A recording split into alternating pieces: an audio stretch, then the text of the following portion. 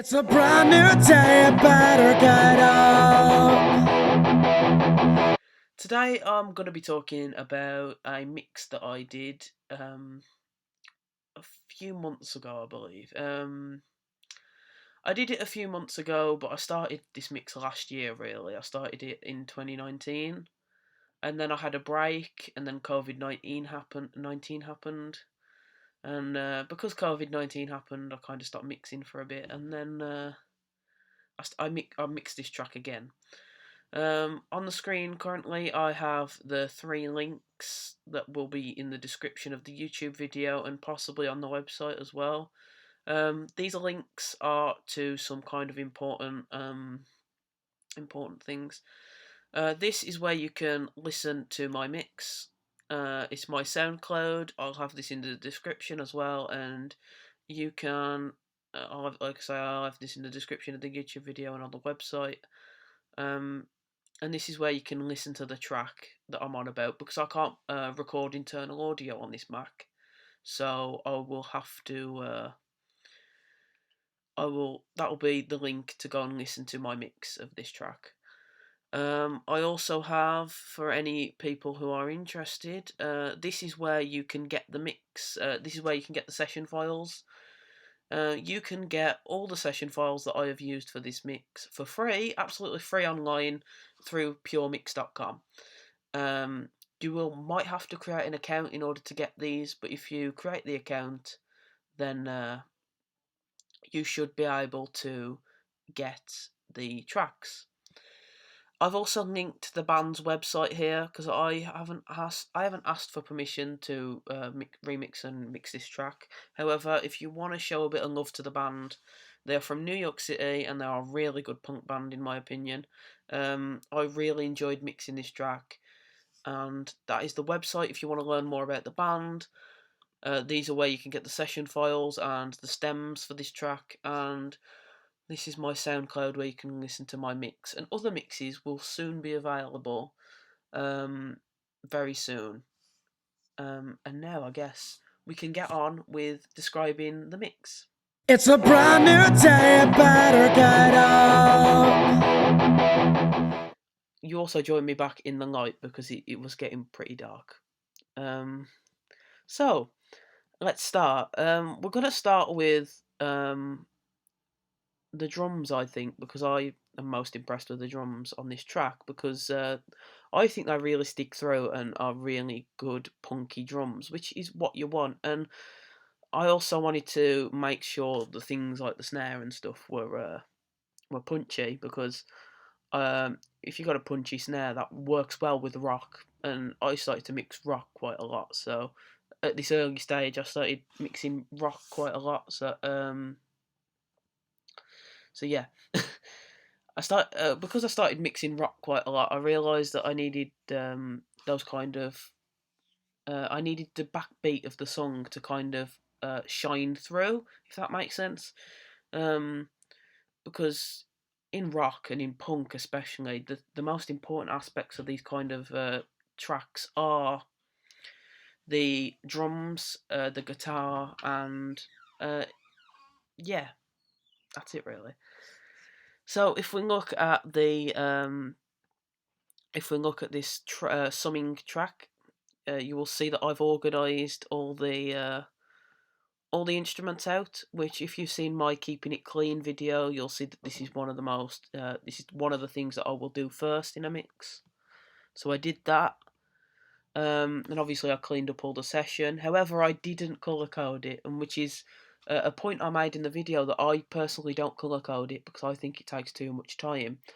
But for example, if this was actually going to go back to if this was going to go back to dry clean only, the band, then I perhaps would colour code it, just so when they get it back, they can understand what I've done with it. So what I started with was the drums, and as we can see here, when I open up the mix folder, the mix window, we can see that I have added quite a lot of effects, and I even added a lot of effects to the summing track as well. I added channel EQ and 2 types of limiters. I added an adaptive limiter. I think it's an adaptive limiter. There we go, an adaptive limiter. I added an adaptive limiter and a normal limiter to the drum track because I believe that it was quite overpowering when I added all the audio effects. This one here is the snare. I added quite a lot of stuff to the snare. I added a channel EQ, a compression, an adaptive limiter, and a gate to the snare. The reason I added the gate was so I could capture that snare sound, and then obviously the compression was to boost that sound of the snare and make it sound more punchy, as I've described it as before.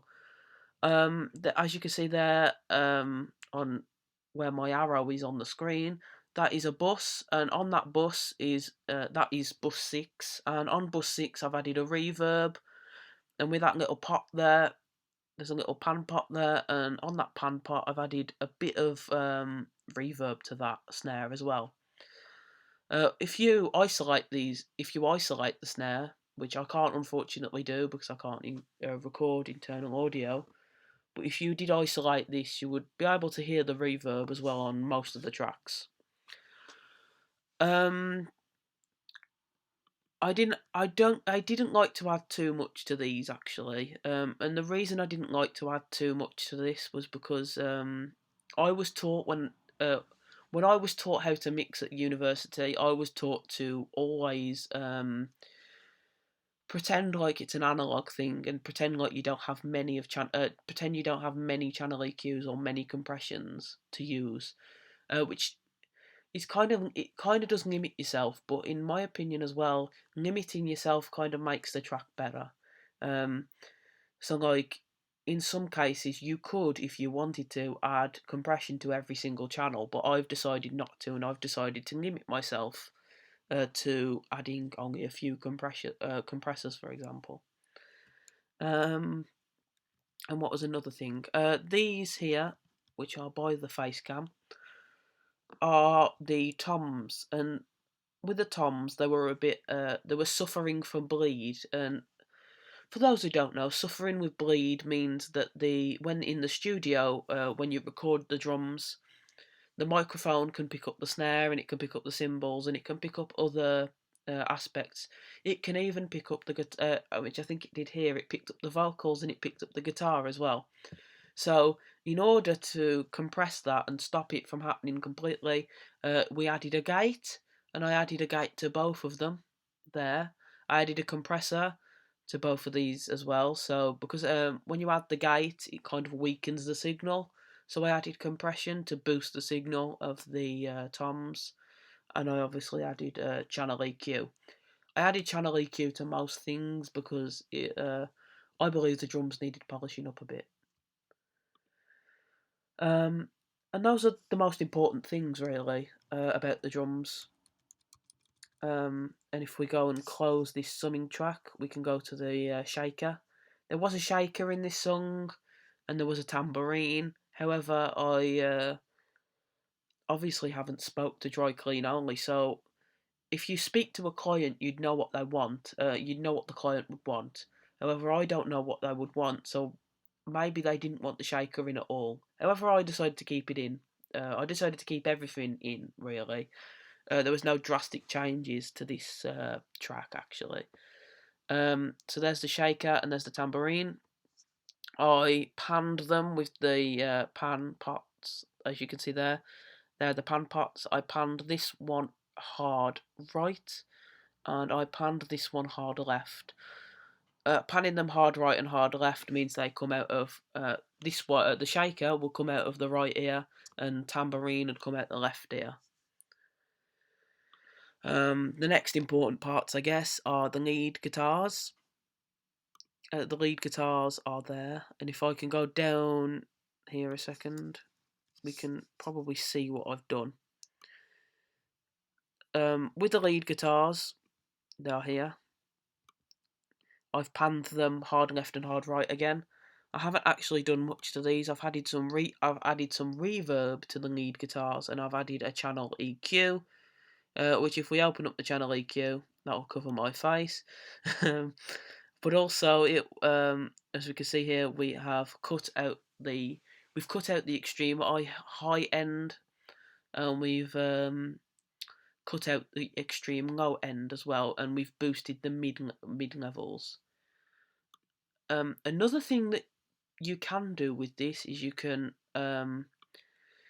add a virtual amplifier, and a virtual amplifier, so like you can simulate a Marshall amp or an Orange amp. If you like those kind of amplifiers, then you can add those to these kind of guitar tracks as well. I don't believe there's anything else really that important to speak of with the guitars. I think I did the same for the both of them. I made sure the guitar tracks sounded quite, punky and loud as well. I made them sit well in the mix, if that makes sense. I made them sit well. Um, also inspirations. I guess my inspirations for this track was I was listening to a lot of Oasis at the time. I still do listen to a lot of Oasis. So Owen Morris's brick walling method is quite it's quite interesting to me. So I look at the Owen Morris mixing methods, and I wouldn't say I put them in my work, but I am kind of inspired by them in a sense. Um, Inspired is in sense of I will listen to an Oasis track, and you can hear the punch and the way that the track kind of kicks you. I guess it kind of kicks you, and you kind of look at it and you're like, whoa, that is rocky, that is loud, that is amazing, and that's what I kind of did with this track. I was trying to make this track sound rocky, raw, and amazing. And here are the vocals. There was a lot of harmonies in this track. A lot of good harmonies and a lot of bad harmonies as well. And the bad harmonies got me the most. Um, I remember with the bad harmonies, if I can show you, with the bad harmonies, if I remember correctly, we'll show the one I didn't like. I'll move my face cam up here. As you can see here, I added pitch correction, which is also famously known as auto tune. I added auto tune / pitch correction. I added this to the this particular harmony here because it sounded so dreadful. Again, bus 8, bus 7, for those who missed it on the guitar track because I didn't mention it. Bus 7 was guitar reverb, and bus 8 was vocal reverb. So as you can see here, we've got a bus 8, and that is all vocal reverb. I've also added compression to some of these tracks, and I've added channel EQ. I've added an adaptive limiter to this one, a de-esser to help the sibilance of the singer. I believe that one was a harmony track, and then this one's the main vocal. And then that's really it, I think. If I move my face cam back to where it was, and that's really the main things to talk about. I have also mixed. I've also added some effects to the main summing track bus. So I've added channel EQ to the drums and an adaptive limiter.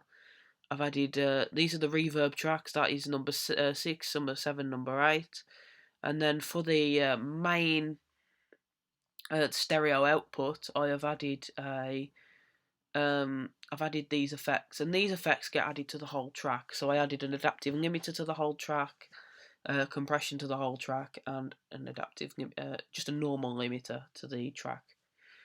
I added a compression on the stereo out, which was again kind of inspired by Owen Morris and mixing Oasis tracks.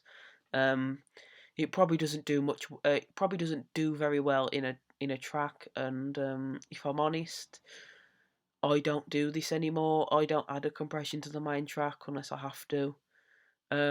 This was clearly something that I did when I was younger, so you might learn something from this. Actually, it's I don't do this anymore, so maybe you don't have to either. Again, it's up to preference though. If you want to put compression on the master track, then you can do so.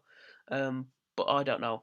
I don't do it anymore. I just did it in this track because I wanted to boost some of the frequencies. I guess I wanted to boost the track as a whole, I guess, or something.